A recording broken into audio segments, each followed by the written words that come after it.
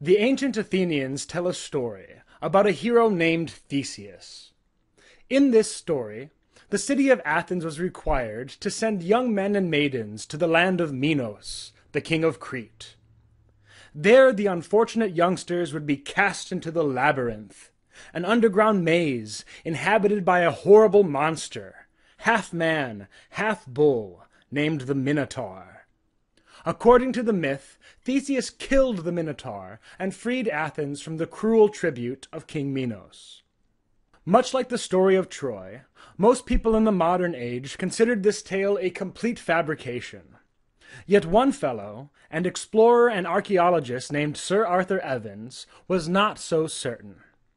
In 1900, Sir Arthur Evans began digging in the island of Crete, in a place known as Knossos.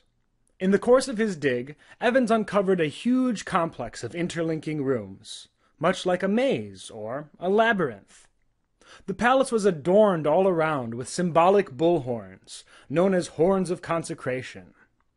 Digging deeper, Evans uncovered a throne room, and wall paintings of bulls and bull jumpers. Evans' imagination immediately leapt to the myth of Theseus. Everything was there. The interlinking rooms must be the labyrinth. The bull horns and paintings must be where the Athenians got the idea of the Minotaur. The throne room must belong to a king. Evans concluded that this must be the palace of King Minos. He named the people he had discovered Minoans, after this mythical king. As Evans continued to dig, he found other things, including axe heads and records written on clay tablets. Let us examine Evans's many discoveries one by one and see what they can tell us about Minoan civilization. Let's begin with the palace itself. Knossos is but one of about half a dozen such palaces on the island of Crete. The term palace may be something of a misnomer. A palace implies a private residence for a lord or king.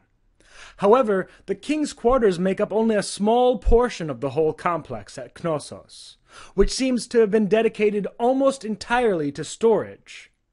Analysis of pottery shards has revealed that these Minoan palaces were, in fact, massive storehouses, where raw food was brought to be processed and stored.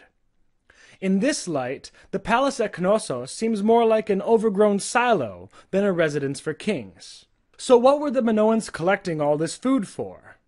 Well, there are two obvious answers. They might have been collecting the food and other goods to store in case of disaster or invasion. They also may have been collecting it for trade. There is good evidence that the Minoans were first and foremost a trading people. Minoan culture really seems to have taken off in the early Bronze Age, around 2700 BCE, and quickly spread across the Mediterranean. Archaeologists have discovered Minoan wares all along the Mediterranean coast, from Egypt to Spain. Their most important trade goods seem to have been saffron, a yellow spice still much treasured today, and tin, which, when mixed with copper, creates bronze. This may help us to understand why the Minoan civilization thrived during the Bronze Age and fell from glory during the Iron Age, when bronze, and therefore tin, was no longer needed in such quantities. The Minoans seem to have built something of a trading empire. They set up outposts on islands across the Mediterranean, including the islands of Tyre and Rhodes and the Cyclades. They also established outposts on mainland Greece. Running a trade empire requires a lot of things. First and foremost is organization. Such organization is impossible without writing. The Minoans went through a couple writing systems before getting the process down. They seem to have started with a form of hieroglyphs borrowed from the Egyptians. They later picked up a form of the Phoenician alphabet, which Evans named Linear A. Linear A would later give rise to Linear B, the first writing system found among the Greeks.